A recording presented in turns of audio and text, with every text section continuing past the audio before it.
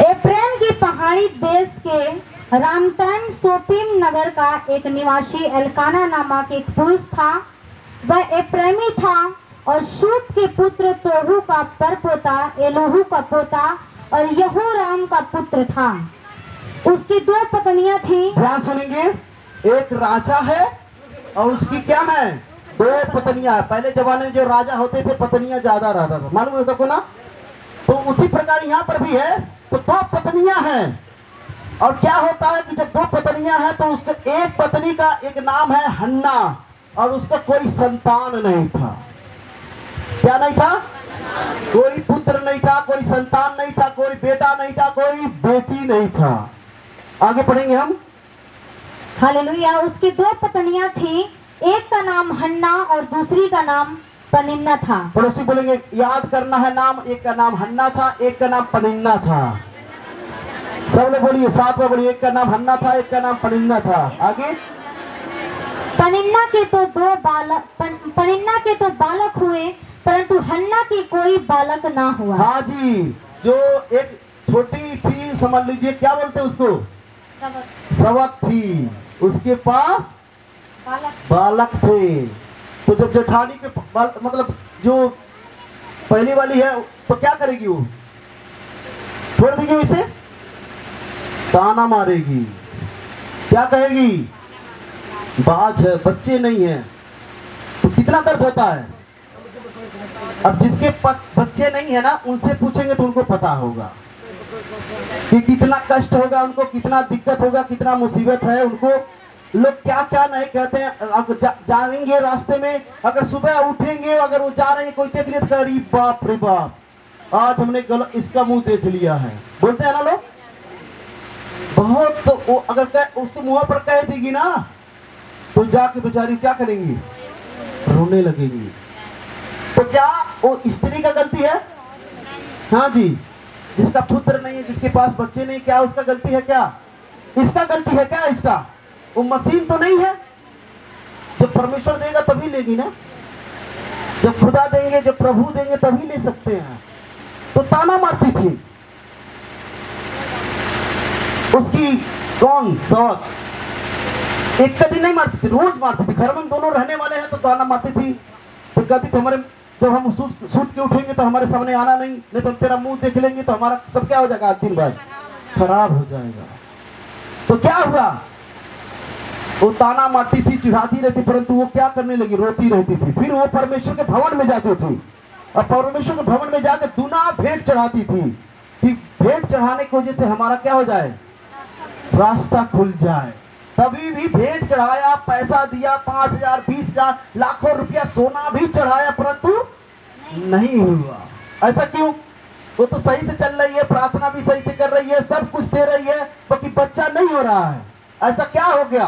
क्या पाप किया था? कोई गुनाह नहीं किया था, कोई पाप नहीं था, पवित्रताई के साथ चलने वाली थी, प्रार्थना करने वाली थी, वचन पर चलने वाली थी, उपवास करने वाली थी, फिर भी बच्चा नहीं हो रहा। औरत लोग थी बिहार के, करीबन 6-7 औरत थी बिहार के। उनको कोई पुत्र नहीं था, कोई बच्चा नहीं था, कोई संतान नहीं था, कोई बेटा नहीं था, कोई बेटी नहीं थी। तो वो लोग बहुत जगह इलाज कराए, बहुत जगह डॉक्टर के पास। जब बच्चा नहीं होता ना तो बहुत पैसा खर्चा होता है, मैं सच में बोल रहा हूँ। जिसके बच्चे नहीं होंगे बहुत इलाज कराते हैं। हमारे घर में एक अंकल है, उन्होंने कम से कम 10 लाख रुपये बच्चे के लिए लगाया है, बच्चा तभी भी नहीं मिला, परंतु उन्होंने कहीं दिखाया सुना तो उनको मिल गया। 10 लाख रुपया खत्म किए तभी भी बच्चा नहीं मिल रहा। तो उसी प्रकार उन्होंने भी, जो 6-7 औरतें थी बिहार की, उनको भी कोई संतान नहीं था। तो उन्होंने बहुत जगह इलाज कराया था, बहुत जगह इकट्ठा एक एरिया में जाकर रहते थे। और क्या उन्होंने सुना प्रभु के बारे में कि हम वहां जाएंगे तो मुझे बच्चा होगा। क्या होगा?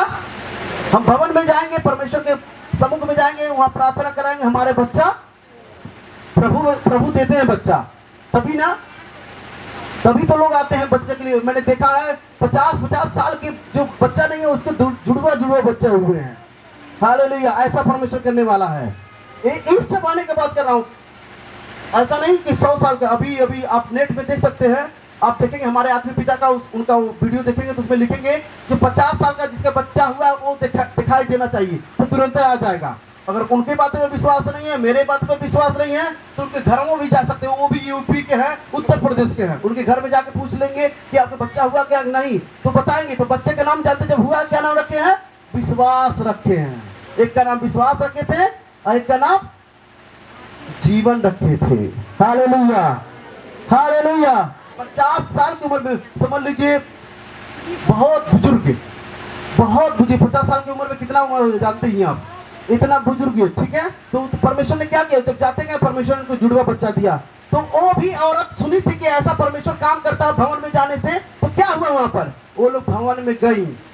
तो जब जाती गई जाती गई जाती गई जाती गई जाती गई वहां पर, तो 6 महीना हो गए। तो कुछ लोगों को कहा फर्क ही नहीं हो रहा है, तो एक चली गई, फिर 7वें महीने में एक चली गई, फिर 8वें महीने में एक चली गई। कहीं कुछ होगा नहीं कर रखा जाए। तो क्या किए, 5 लोग क्या करी, चले गए। और 6 जो बची थी बोली अरे नहीं मिलेगा, कोई बात नहीं, प्रभु तो मिल गया, हम जाते रहेंगे जाते रहेंगे। वो चलती गई। 1 साल हो गया, 2 साल हो गया, 3 साल, 8 साल, 9 साल, 10 साल, 15 साल हो गया, बच्चा नहीं हुआ। तभी भी वो क्या करती रही, जाती रही। और लोग इंसान बेइज्जती अनेक प्रकार के करते रहे, परंतु वो 17 साल जब हो गया तो प्रेग्नेंस हो गई और परमेश्वर ने उसको एक संतान दिया और भी बच्चे हो गए। हालेलुया। ये स्टोरी नहीं, कहानी नहीं बता, रियल है इस जमाने का। और 17 साल के बाद जब बच्चा हुआ तो क्या है, ढोल, बड़े बड़े डीजे लगाकर परमेश्वर के भवन में जाकर वो क्या करने लगी, गवाही बने। और जो लोग 5 लोग चले गए थे उनका कुछ नहीं गवाही बना, उनका वैसे वैसे रह गया। वो परमेश्वर देखता है कि कितने दिन टिके रहते हैं। तो हम लोग जल्दीबाजी वाले सोचते हैं, हमारा परमेश्वर जो जल्दीबाजी में उनके लिए नहीं है। सोचते हैं अजूबे गए, अजूबे चंगाई मिल जाए, अजूबे ठीक हो जाए, ऐसा नहीं है। ऐसा वो परमेश्वर, ये भी ऐसा औरत थी, ये जाती गई, कई साल गई, बीज डबल 20-20 लाख 10-10 लाख उस जमाने में सोना चढ़ा देती थी, वो नहीं मिला। तो उसने कहा हे प्रभु अगर आप मुझे पुत्र देंगे तो वो पुत्र मैं भवन की सेवा के लिए दे दूंगा मैं। ऐसे उसने मन्नतें मानी कि परमेश्वर जो पुत्र आप मुझे देंगे मैं आपके भवन आपकी सेवा के लिए दे दूंगा। उसी साल वो क्या हो गई, प्रेग्नेंट हो गई। और सच में बच्चा हुआ, 2 साल के बाद ले जाकर भवन में दे दी और फिर 5 बच्चे हुए हैं। कितना हुए, 5 बच्चे हुए थे। तो क्या करने वाली औरत थी, एक प्रार्थना करने वाली औरत थी, संगति करने वाली। ऐसा नहीं कि यार नहीं हुआ तो नहीं जाऊंगी। जब उसने ठाना, मन्नतें मानी, जो बच्चा आप देंगे प्रभु वो बच्चा मैं आपके भवन के लिए क्या करूंगा, दे दूंगी। ऐसा कलेजा किसी का होगा ही नहीं, सही बात है नहीं होगा कि अपने पुत्र को जो पहला बच्चा होगा दे देंगे, नहीं देंगे, कहेंगे कैसे भी रहा नहीं देंगे, जाइए। परंतु जब उसने ठाना, जब परमेश्वर के भवन में दी तो 5 बच्चे हुए। वचन में लिखा है, पढ़ सकते हैं, ठीक है। 5 बच्चे उसके हुए हैं। हालेलुया। और जो भवन में दिए थे उसका नाम शमूएल था। वही दाऊद को अभिषेक किया और दाऊद के घराने में कौन जन्म लिया, यीशु मसीह जन्म लिए। कौन जन्म लिए, हमारा परमेश्वर जो राजाओं का राजा है, से सर्वव्यापी सर्वज्ञानी है, उसने क्या किया, जन्म लिया। दूसरा शमूएल में 2:21 में पढ़ेंगे कितना बेटे हुए कितना बेटियां हुए। जब उसने शमूएल क्या भेंट चढ़ाया परमेश्वर की भवन में बच्चे को दिया तो उसके कितना हुए, 5 बच्चे हुए। एक दिया 5 मिल गया। अब उसकी जो पड़ोसी थी, जो क्या थी, सबक ताना मारेगी और चलन हो गया होगा, अरे बाप रे बाप 5 ठो हो गए, 6 ठो हो गए और इसका मुंह काला भी नहीं हो। पढ़ेंगे वही, यहोवा ने हन्ना की सुधि ली और वह गर्भवती हुई और उसके 3 बेटे और 2 बेटियां उत्पन्न हुई और बालक शमूएल यहोवा के संग रहता हुआ बढ़ता गया। हाँ जी। और सच में वहां पर लिखा कितना बेटे हुए हैं, 3 बेटे हुए और 2 बेटियां हुई।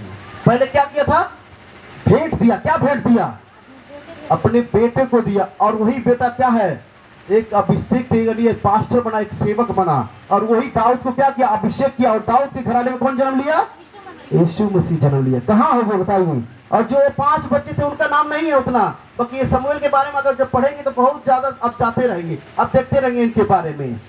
जहां पर वो परमेश्वर के भवन में रखा गया था, उस वहां एक पास्टर भी थे, परमेश्वर के दास भी थे, तो वो उनका बच्चे नहीं बने। उनके बच्चे गलती करते थे, पाप करते थे, गलत सुनते थे, चोरी करते थे, इसलिए परमेश्वर उनको नहीं बनाया क्या पास्टर सेवक। परंतु ये क्या किया, अच्छे से चलता था, परमेश्वर के साथ बात करने लगा और यही दाऊद को क्या किए, अभिषेक किए। हालेलुया। जब हम खुदा की संगति में सही से चलते हैं, प्रभु का इंतजार करते हैं, तो एक दिन फल मिलेगा, कोई आपका फल चुरा नहीं सकता है, छीन नहीं सकता है। आशीष और बरकत जितने भी बड़ा समस्या है, बाकी वो समस्या हम ही करना चाहते हैं, सोचते हम ही हल कर दे, आपसे हल नहीं हो सकता है। जब प्रभु पर निर्भर होंगे तो प्रभु क्या करेगा, वो हल करेगा। जितना आपके पास ताकत है, आपके पास जितना आपके पास सामर्थ्य है, वो जो आप करने के लायक वो कर लीजिए। जो आप नहीं कर सकते हैं वो प्रभु को दे दीजिए, वो प्रभु को दीजिए। आप जो नहीं कर पाएंगे बोलिए प्रभु आप करेंगे। अगर आपका पति नशा करता है, प्रभु हम नहीं छुड़ा सकते हैं, आप छुड़ा सकते हैं। बाकी हम दिमाग क्या करने लगते हैं, चलाने लगते हैं, किसी तरह से छुड़ा दे, कौन सा दबाव लेके दे दे, क्या कर दे, वो क्या हो जाए, पति छुटकारा हो जाए। हालेलुया। तो उसने क्या किया, हन्ना ने, मालूम है आपको, उसने अपने बेटे को, पहले बेटे को भवन में दे दिया। जब दिया तो 5 गुना उसको क्या मिला, आशीष मिला। को संतान नहीं, वो चिंता नहीं करना है, आपको संतान मिलने के लिए जा रहा है। परंतु आप वचन में खड़े रहना है, खुदा के भवन में खड़े रहना है, और उसके लिए क्या करना है, भेंट को चढ़ाना कि मैं, ये बच्चा जो होगा परमेश्वर आपकी महिमा, आपकी सेवा के लिए होगा। Hallelujah, hallelujah, hallelujah, hallelujah. अब हाथ उठाकर धन्यवाद करेंगे। हालेलुया। बोलेंगे परमेश्वर ये वचन मेरे जीवन में काम आए, ये वचन मेरे जीवन में काम आए। आमीन। हालेलुया। और जिसके बच्चे नहीं उनके लिए भी वचन है और आपके लिए है। इसमें क्या करना आपको प्रभु के वचन में क्या करना है, वचन पर खड़े रहना है। जब आप खड़े होंगे, जब आप चलते रहेंगे प्रभु में, एक दिन एक खूबसूरत व्यक्ति बना देगा आपको, और एक बड़ी गवाही के साथ आएंगे आप। तो बड़ी छुटकारा होगा आपके जीवन में। जिस प्रकार कोख बंद था हन्ना का, उसी प्रकार आपका जो काम बंद है, जो बीमारी ठीक नहीं हो रहा, आज परमेश्वर कह रहा मैं आपको चंगा करने के लिए जा रहा हूँ, मैं अच्छा करने के लिए जा रहा हूँ, मैं भला करने के लिए जा रहा हूँ, मैं छुटकारा देने के लिए जा रहा हूँ। आज आपका छुटकारा का दिन है। आज आपके पति नशा से आजाद हो रहे हैं। आज आप, परमेश्वर आपको बरकत देने के लिए जा रहा है। आप लाए गए हैं, आप खुद नहीं आए हैं, आप लाए गए हैं इस दुनिया में। जब खुदा लाया है, छुटकारा आपका हिस्सा होगा, बरकत आपका हिस्सा होगा, चंगाई आपका हिस्सा होगा। हालेलुया। अपने आप को तैयार करें, अपने मन को तैयार करें। आज मैं तेरे भवन में प्रभु आई हूँ, मैं रेडी हूँ छुटकारा, चंगाई लेने के लिए, नशे से आजाद होने के लिए, बरकत पाने के लिए, कर्ज से आजाद होने के लिए। प्रभु मैं तेरे भवन में आई हूँ। आज आपको परमेश्वर से मन पे मानना है कि आज प्रभु मुझे आज छुटकारा देंगे आप। हालेलुया।